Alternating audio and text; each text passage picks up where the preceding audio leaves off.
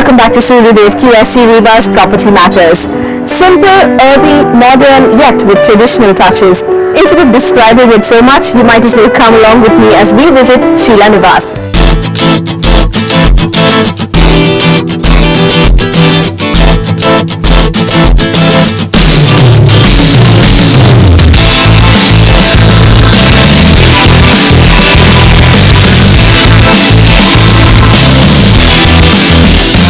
18/1 in Tas Enclave is the big white house with a terracotta roof and a stone finish on its columns and pillars.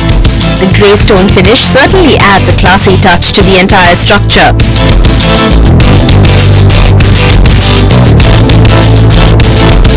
This two-story house of 4,000 square feet sitting on a plot of size 3,600 square feet has ample space for parking on one side and gardening on the other.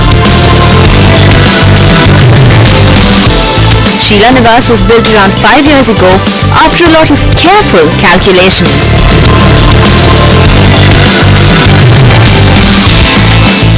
Actually, as per Vastu, the house was constructed fully.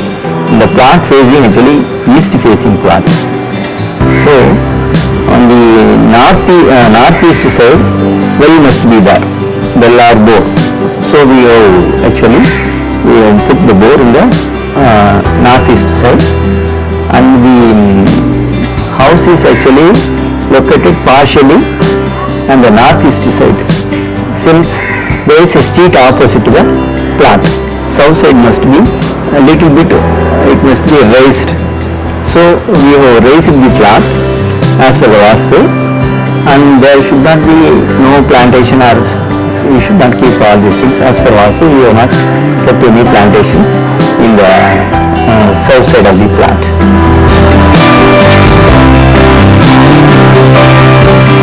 Though there are prominent traditional touches in its exterior design due to the roof and the large front door with intricate woodwork, once you step in, you begin to see touches of modernity as well. Inside also, Vastu plays a very important role, in most of the design and placement is based on this. And so the Brahmastan, or the sunken courtyard, which is the center of the house around which all other rooms are built. In the Brahmastan, Sheila has a special place for her Ganesha idol under a small plastic tree. Sheila feels that it is auspicious for a Ganesha statue to be placed under a large tree, but as this is next to impossible inside a house, she settled for a plastic substitute. Right of the Brahmastan, there is the main living area where the most prominent piece is the red lantern that Sheila's son Vinod picked up from Taiwan. Beyond this is the dining area along with the puja room. Right of the dining area is the open kitchen that Sheila always keeps spick and span. Here Sheila made sure that there were bright colors, and hence there are dashes of blue and mustard yellow on the dado. Sheila has kept most of her walls free with minimum pictures. This too is a modern trend. She instead has dotted the house with an assortment of curios that she has picked up from different parts of Chennai.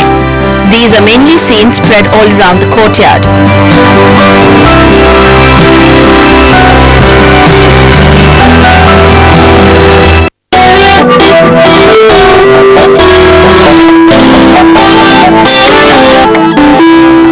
There also is a lot of glass that has been used around the house.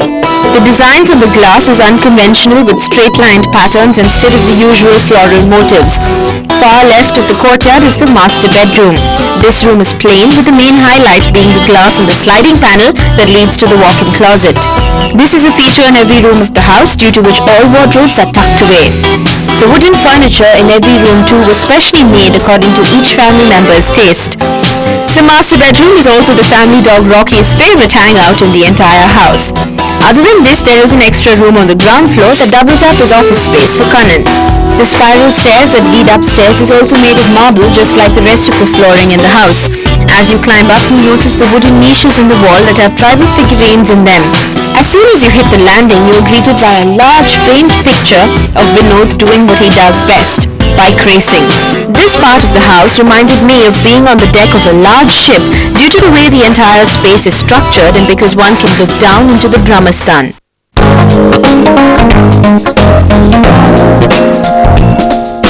This floor is the shared territory of Sheila and Kanan's children, Vinod and Ramya. Ramya's room has a blue theme to it, with a blue chandelier, bed linen, a blue wall and the blue designs on the glass panel that leads to her walk-in wardrobe. There also is an informal living space that the family sometimes uses as a home theatre. Beyond this is Vinod's room, which again reminds me of being in a cabin on a ship due to its angular ceiling and many windows. Here there are a lot of niches and shelves for Vinod's biking gear and his numerous trophies and shields. This room is otherwise modern with its low-level bed and wooden floor. Other than this, there is the airy balcony where Kanan and Sheila spend many of their evenings. Originally we want to construct that is 2 floors so that 2 families can live in the house. And several plans are prepared. We had some discussions over the construction of the house plans, and finally we have approved this plan. The architecture, interiors, everything was my desire of my missus, and hence the house was named as Sheila Nivas. Wrought iron stairs lead up to the terrace above, from where one gets a great view of the street below. There's so much planning and thought that has gone into every little detail of this house. Now, I don't know if you can clearly see it, but this portion of the roof that I'm sitting on is shaped like the alphabet J. I mean, it comes down like this. And that, according to Sheila Auntie, can stand for Jayam or victory. This house is not just about the heart, but also about some very serious calculations by the mind. Stay tuned, because on the other side, we're going to take a look at how art, science, and a creative mind can make the perfect landscape.